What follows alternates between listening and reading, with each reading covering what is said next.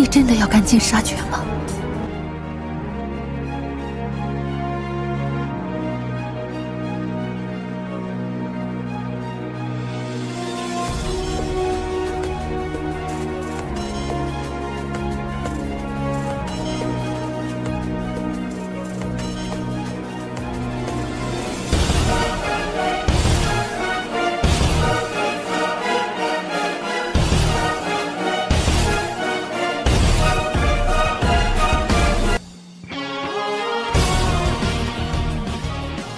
Mimin akan kembali mendongeng alur cerita film yang berjudul Battle Through the Heavens.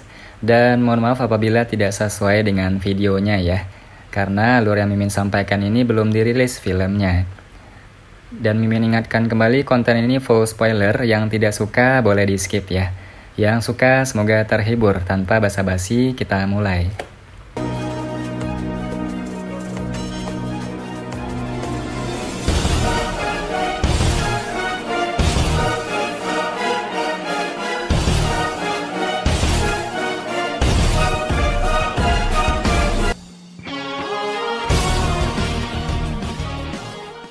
Cabang-cabang pohon hijau subur terjalin di atas, tumbuh dari pohon-pohon tinggi yang menghuni hutan tampak seperti jaring laba-laba besar yang menutupi langit. Di bawah naungan pepohonan besar ini, sinar matahari pun sulit menerobos. Sinar cahaya melewati celah di antara pepohonan lebat. Itu berubah menjadi pilar cahaya selebar setengah kaki saat ditembak jatuh. Itu bersinar pada sekelompok besar sosok manusia yang sedang beristirahat dengan kaki bersilang. Ada sekitar 15 hingga 16 sosok manusia dalam kelompok ini. Semuanya memiliki aura yang kaya dan kuat, dan jelas bukan orang lemah. Beberapa orang di antara mereka bahkan memiliki aura yang tidak jelas, sehingga sulit untuk mendeteksi kekuatan mereka yang sebenarnya. Namun, dari tingkat penghormatan di wajah orang-orang di sekitar, terlihat jelas bahwa orang-orang ini adalah inti dari kelompok ini. Beberapa suara teredam tiba-tiba muncul di hutan yang sunyi dan jauh. Segera, suara daging fisik yang jatuh ke tanah mengikuti. Seseorang sepertinya bisa mendengar teriakan yang menyedihkan. Namun, orang-orang yang duduk di tanah tidak bergerak, mengabaikan teriakan menyedihkan yang memenuhi telinga mereka. Beberapa menit kemudian, beberapa sosok manusia muncul dari hutan lebat sebelum mendarat di tanah kosong. Mereka berlutut di depan seorang pemuda berjubah hitam dan berkata, "Ketua, orang-orang di belakang, yang agak dekat, diam-diam telah kami singkirkan." Pemuda berjubah hitam itu akhirnya membuka matanya yang tertutup rapat setelah mendengar kata-kata ini. Dia mengangguk sebelum tertawa dingin. Orang-orang ini benar-benar terlalu sembrono. Tetua pertama, seberapa jauh sampai kita tiba di Akademi Jianan? Jika tidak ada kecelakaan yang terjadi, kita mungkin bisa mencapainya lusa. Seorang lelaki tua berambut putih di samping pemuda berjubah hitam itu tersenyum dan berkata, "Untungnya, kita memiliki cukup banyak orang. Kalau tidak, kita akan diganggu oleh lalat-lalat yang menyusahkan itu sampai kita sulit beristirahat."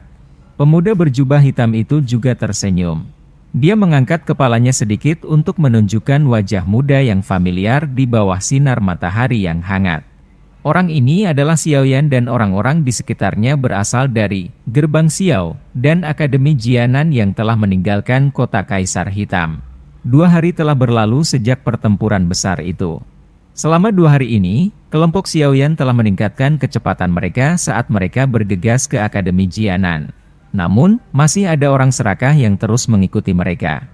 Meskipun cukup banyak dari mereka dieliminasi oleh taktik ganas, Gerbang Xiao, dan Akademi Jianan, jumlah dari mereka terus melonjak, bertindak seperti kelelawar vampir yang mengendus aroma darah segar.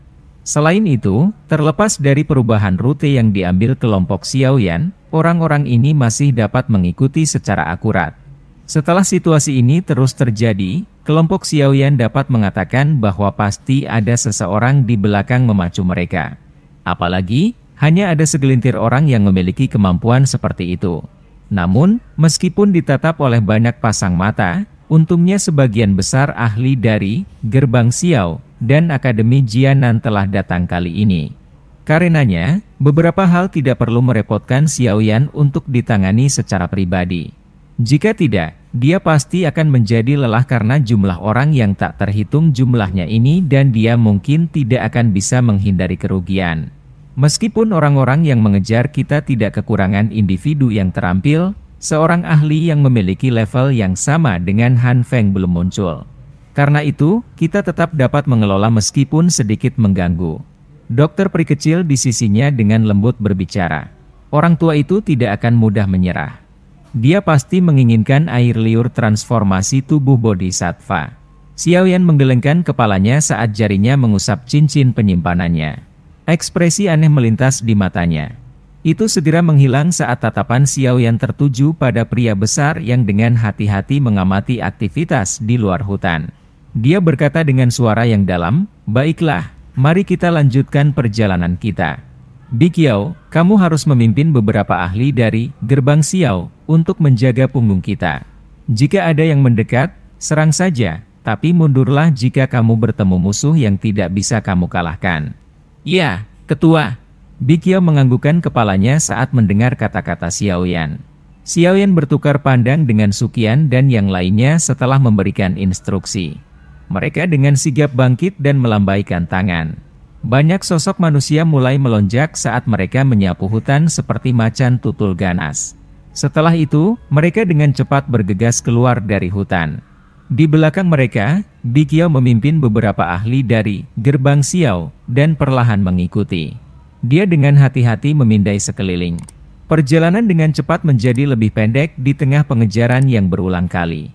Namun, para ahli dari wilayah sudut hitam yang mengejar kelompok Xiaoyan tampaknya menyadari bahwa mereka semakin dekat dengan Akademi Jianan. Segera, hati mereka mulai merasa gelisah dan tidak nyaman. Jika kelompok Xiaoyan diizinkan memasuki Akademi Jianan, mereka benar-benar akan kehilangan kesempatan untuk merebut barang itu.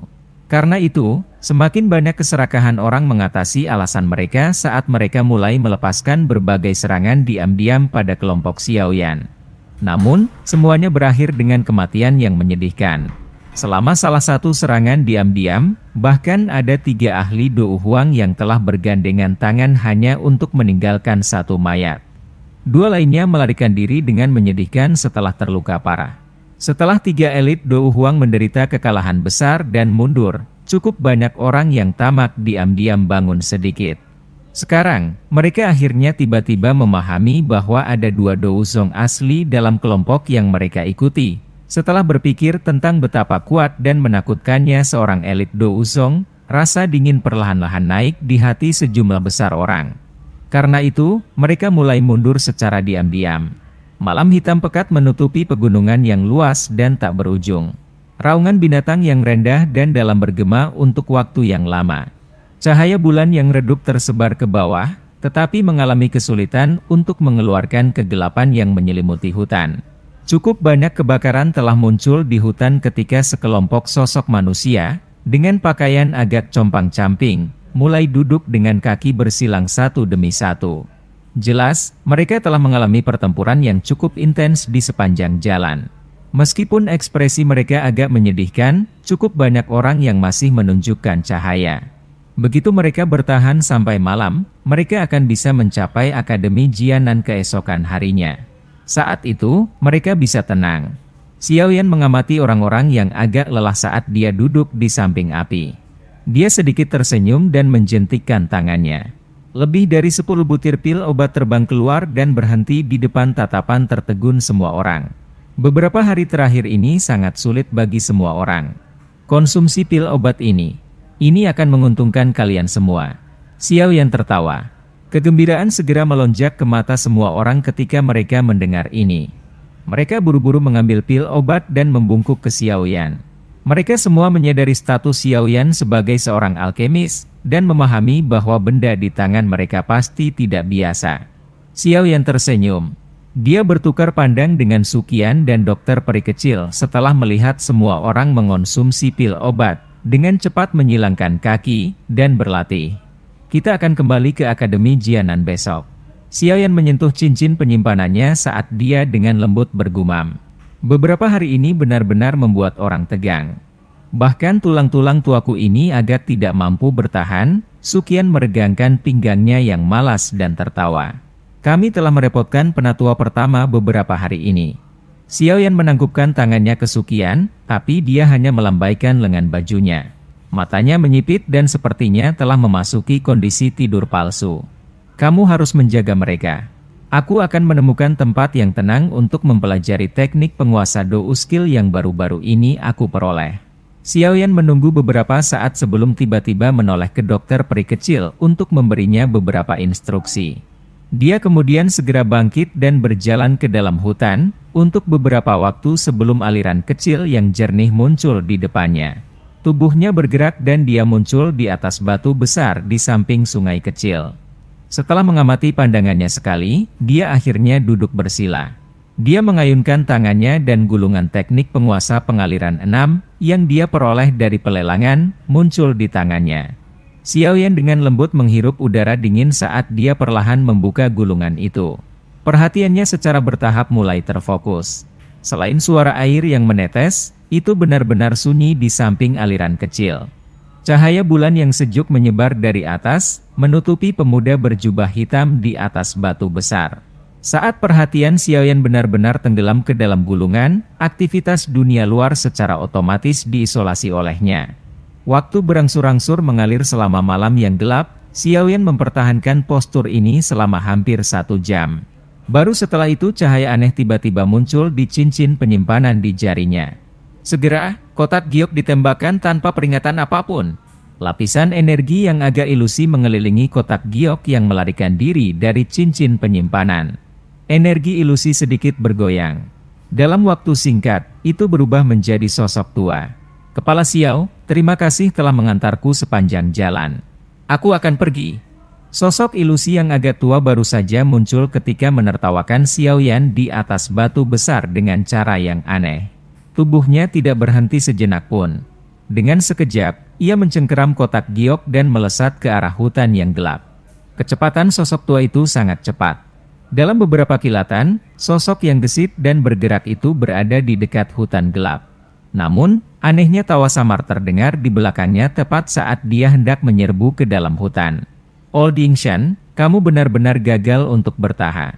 Sosok tua itu tiba-tiba menegang saat mendengar suara ini. Sosok tua itu menegang sesaat sebelum pulih dengan cepat. Tanpa berbalik, dia melanjutkan menuju hutan gelap.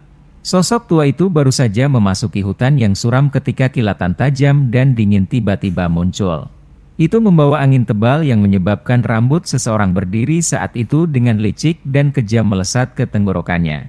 Serangan tiba-tiba itu membuat sosok manusia tua itu agak lengah. Namun, beruntung kekuatan sosok itu tidak lemah. Segera, teriakan pelan keluar dari mulutnya dan ruang di depannya tiba-tiba menjadi terdistorsi. Jalur kilatan dingin diubah karena udara yang terdistorsi, menyebabkannya terbang melewati bahunya. Siapa ini? Sosok manusia tua itu berteriak dengan marah setelah menghindari serangan itu. Dia melambaikan tangannya yang keriput sebelum tiba-tiba mengepalkannya. Segera sepasang busur energi yang terlihat sebagian dengan keras meraih tempat tertentu di hutan gelap. 5 angin kencang melesat dari cakar tangan sosok manusia tua itu. Mereka menghancurkan beberapa pohon besar yang setebal paha seseorang, menyebabkan serbuk gergaji tersebar ke segala arah. Wajah sosok manusia tua itu berubah setelah serangannya gagal mengenai sasarannya. Dia baru saja akan mundur ketika sosok berwarna putih tiba-tiba berkedip dan muncul dengan cepat. Kabut kelabu yang membawa sedikit bau menerkam. Sosok manusia tua itu merasakan sesuatu sebelum kabut bersentuhan dengan tubuhnya. Memiliki pengalaman yang luas, dia bisa melihat sekilas bahwa kabut ini mengandung racun yang mematikan. Dia segera melambaikan lengan bajunya. Angin kencang yang kencang bertiup dari mereka dan menerbangkan kabut. Meminjam penghalang ini, jari-jarinya menekan udara kosong dan tubuhnya tiba-tiba naik ke langit. Setelah keluar dari hutan, sosok tua itu baru saja akan melarikan diri ketika tubuhnya tiba-tiba menegang. Dia mengangkat kepalanya. Wajahnya segera berubah menjadi jelek saat dia menatap pria tua berambut putih yang tergantung di langit. Suqian. Sosok manusia tua itu menoleh sedikit saat suara dingin dipancarkan dengan giginya, menampakkan wajah yang familiar. Sosok ini secara mengejutkan adalah Yingshan tua, orang yang telah mengambil inisiatif untuk menyerah pada air liur transformasi tubuh bodhisattva sebelumnya. Taktik Tuan Yingshan cukup bagus. Kau mampu menyembunyikan kekuatan spiritualmu dalam air liur transformasi tubuh bodhisattva. Bahkan aku hampir tidak bisa merasakannya. Sebuah tawa terdengar dari belakang Yingshan tua. Dia menoleh dan melihat Xiaoyan mengepakkan sayap api hijau gioknya di atas lautan pohon. Tidak disangka bahwa kau benar-benar menemukannya. Di mana orang terakhir? Panggil mereka juga. Yingshan tua dengan dingin berteriak. Ekspresinya agak gelap dan serius saat dia tiba-tiba melihat lautan pohon di bawahnya. Cabang-cabang pohon yang lebat tiba-tiba bergetar setelah suara Old Yingshan terdengar. Segera, sosok berwarna putih anggun muncul. Akhirnya, gaun putih melayang dan muncul di langit. Sosok yang agak cepat secara tidak sengaja menutup jalan mundur Yingshan tua. Iblis tua, kamu benar-benar licik. Jika Xiaoyan bukan seorang alkemis atau memiliki kekuatan spiritual yang melebihi orang biasa, kemungkinan dia tidak akan merasakan rohmu bersembunyi di air liur transformasi tubuh bodhisattva. Suqian tersenyum dan tertawa saat dia mengamati Ying tua. Karena kamu sudah menemukanku, kenapa kamu tidak bertindak lebih awal? Yingshan tua tertawa. Ketika dia telah menyembunyikan jiwanya di air liur transformasi tubuh bodhisattva, dia telah merencanakan untuk menunggu Xiaoyan dan Han Feng terlibat dalam pertempuran. Ia rela menunggu mereka berakhir dengan luka serius sebelum tiba-tiba mencuri air liur transformasi tubuh bodhisattva tanpa ada yang menyadarinya. Namun, hasil akhirnya tidak sesempurna yang ia bayangkan. Xiaoyan menggunakan taktik seperti kilat untuk membunuh 3 sesepuh dari lembah api iblis. Akhirnya, dia menunjukkan api teratai Buddha murah, menyebabkan Han Feng dan Mo Tianxing diam-diam takut padanya. Keduanya hanya bisa mundur. Dengan demikian, Dokter Peri Kecil dan Suqian berhasil mempertahankan kekuatan bertarung mereka. Mengingat kekuatan Old Yingshan, ada terlalu banyak orang yang mengejar selama 2 hari terakhir ini, dan aku tidak punya waktu untuk mengganggumu. Terlebih lagi, harus dikatakan bahwa taktik menyembunyikan jiwamu ini memang sangat unik. Aku dapat merasakannya, tetapi tidak dapat menemukannya. Lagi pula, ada banyak sekali orang rakus yang mengejar dari belakang, sehingga tidak mungkin bagiku untuk mengeluarkan air liur transformasi tubuh bodhisattva untuk mengamatinya dengan cermat. Setelah kami mencapai Akademi Jianan dan aku memiliki cukup waktu untuk mempelajari air liur transformasi tubuh bodhisattva, jejaknya pasti akan terseret. Jadi, alasan kamu sengaja pergi sendiri adalah agar aku mengungkapkan diriku. Wajah Old Yingshan berkedut. Dia tidak berharap untuk jatuh pada skema Xiaoyan. Rencana sempurna yang dia buat untuk menyembunyikan dirinya sebenarnya telah ditemukan oleh Xiaoyan sejak lama. Xiaoyan tersenyum. Dia mengamati tubuh ilusi Yingshan dan tertawa dengan samar. Tuan Yingshan, tolong kembalikan air liur transformasi tubuh bodhisattva kepadaku. Aku bisa membiarkan masa lalu berlalu. Meskipun kau saat ini hanya tubuh spiritual, jika roh ini dipukul dan disebarkan oleh kami, kemungkinan tubuh aslimu akan mengalami kerusakan yang cukup parah. Terlebih lagi dengan mengandalkan indraku, aku bahkan mungkin bisa menemukan posisi tubuhmu yang sebenarnya. Wajah Yingshan tua sedikit berubah saat dia tertawa samar. Bocah, jika kau benar-benar ingin memaksaku, aku akan menghancurkan air liur transformasi tubuh bodhisattva ini sekarang. Aku akan melihat apa yang dapat kau lakukan saat itu. Keterampilan avatar spiritual yang digunakan Mr. Ying tua ini tampaknya merupakan salah satu yang membutuhkan tubuh aslimu untuk tetap berada dalam jarak yang dekat, bukan? Ini berarti tubuhmu yang sebenarnya tidak boleh jauh dari kami. Xiaoyan menyipitkan matanya.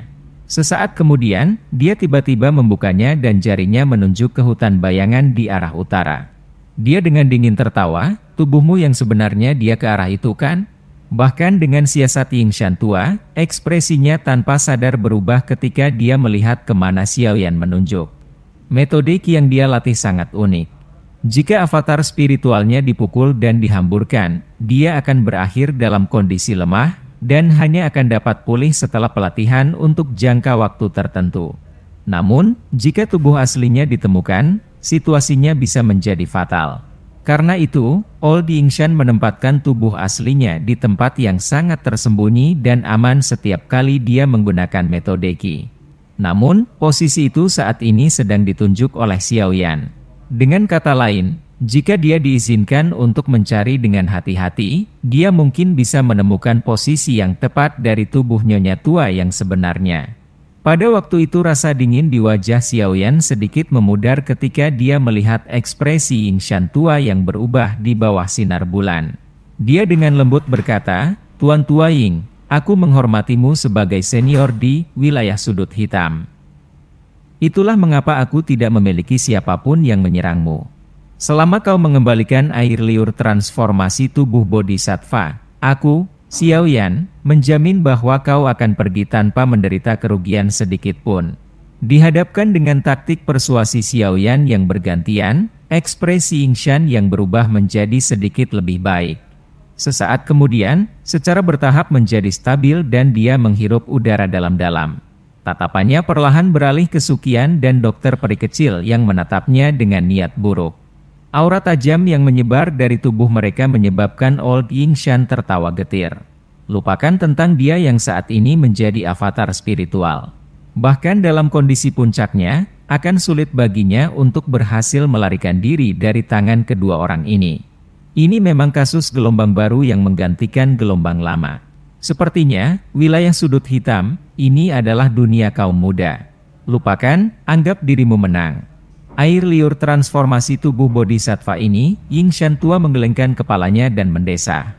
Dia mengangkat kotak giok di tangannya sedikit, dan ragu-ragu sejenak. Dia kemudian mengatupkan giginya dan melemparkannya, "Aku akan memberikannya padamu." Xiaoyan tersenyum sedikit saat dia melihat kotak giok yang dilemparkan. Namun, dia tidak menggunakan tangannya untuk meraihnya. Sebagai gantinya, dia menjentikan jarinya dan kekuatan tersembunyi melonjak keluar untuk menerima kotak giok. Setelah itu, kekuatan mengendalikan kotak, dengan hati-hati menjaganya agar tetap di depannya. Alis Yingshan tua sedikit dirajut tanpa ada yang memperhatikan saat dia mengamati sikap Xiaoyan yang sangat berhati-hati. Dia segera mengeluarkan teriakan dingin, "Bahkan jika kau mendapatkan air liur transformasi tubuh Bodhisattva, kemungkinan kau akan kesulitan mendapatkan informasi tentang hati Bodhisattva di baliknya. Tujuanku bukanlah hati Bodhisattva yang jauh dan tidak terjangkau. Sebaliknya, air liur transformasi tubuh Bodhisattva ini." Xiaoyan tersenyum sedikit saat dia menjawab. Wajah dokter peri kecil mengungkapkan ekspresi terkejut saat mendengar kata-kata Xiaoyan. Ekspresi tersentuh melintas di matanya yang transparan. Dia secara alami tahu betapa banyak upaya yang telah dilakukan Xiaoyan untuk membantunya mengendalikan tubuh racun yang menyedihkan. Dia bahkan rela menjadi musuh dengan orang-orang tua yang memiliki kekuatan menakutkan ini. Meskipun hatinya tersentuh, dokter peri kecil tidak akan mengungkapkan terlalu banyak karakternya. Namun, riak lembut telah tercipta di dalam hatinya yang seperti dulu. Ini menyebabkan hatinya yang dingin dan tertutup meleleh dengan tenang. "Kata-katamu terdengar bagus. Tidak disangka air liur transformasi tubuh Bodhisattva akan berakhir di tanganmu dengan begitu banyak orang yang datang untuk mengambilnya. Selamat tinggal." Yingshan tua meringkuk dan berhenti mengatakan omong kosong. Tubuhnya bergetar dan berangsur-angsur berubah menjadi ilusi. Sesaat kemudian, dia benar-benar menghilang. Kecepatan menghilangnya Yingshan sangat cepat. Dalam sepersekian detik, tubuh spiritualnya telah lolos dari jangkauan indera Xiaoyan dan menghilang dalam kegelapan yang tak berujung. Dokter peri kecil dan Suqian menghela nafas lega setelah mereka melihat Yingshan tua menyerahkan air liur transformasi tubuh Bodhisattva. Tubuh mereka bergerak dan mereka muncul di samping Xiaoyan. Mereka melihat kotak giok yang mengapung di dekatnya dan tanpa sadar tertawa, "Kita akhirnya membuat orang tua ini menyerah." Senyuman muncul di sudut mulut Xiaoyan saat mendengar ini. Dia menggelengkan kepalanya sedikit dan dengan lembut bertanya, "Bagaimana bisa begitu mudah rubah tua ini?" Xiaoyan menjentikan jarinya setelah kata-katanya terdengar. Api jantung jatuh yang tak terlihat naik dari jarinya dan menelan kotak giok di dalamnya. Kotak giok segera berubah menjadi bubuk di bawah suhu tinggi api jantung yang jatuh, mengungkapkan air liur transformasi tubuh bodhisattva yang seperti kehidupan yang perlahan bergoyang. Tatapan Xiaoyan melayang dan senyum dingin muncul di wajahnya. Dia mengendalikan seutas api jantung yang jatuh dan perlahan-lahan membungkusnya dengan yang terakhir. Setelah air liur transformasi tubuh bodhisattva dibungkus, sebagian dari air liur transformasi tubuh bodhisattva bergetar dan asap putih mengepul darinya. Sedikit suara sepertinya mengeluarkan tangisan yang menyedihkan. Ying Shantua, yang tubuh spiritualnya baru saja kembali ke tubuh fisiknya, tersembunyi di sebuah gua di tebing yang jauhnya 1000 meter dari kelompok Xiaoyan, tiba-tiba mengubah ekspresinya saat dia mengendalikan apinya. Seteguk darah segar tiba-tiba keluar dari mulutnya. Segera, Ying Shantua mengangkat kepalanya, dan dengan kejam menatap ke arah kelompok Xiaoyan. Dia berteriak, "Sangat bagus, anak yang sangat berhati-hati. Aku akan mengingatmu." Xiaoyan tersenyum. Dia menempatkan air liur transformasi tubuh bodhisattva dalam kotak giok yang baru diperoleh saat dia berada di atas lautan pohon. Dia dengan malas meregangkan pinggangnya dan dengan lembut berkata, "Kita akhirnya menyelesaikan masalah ini. Sekarang, kita bisa dengan tenang kembali ke Akademi Jianan."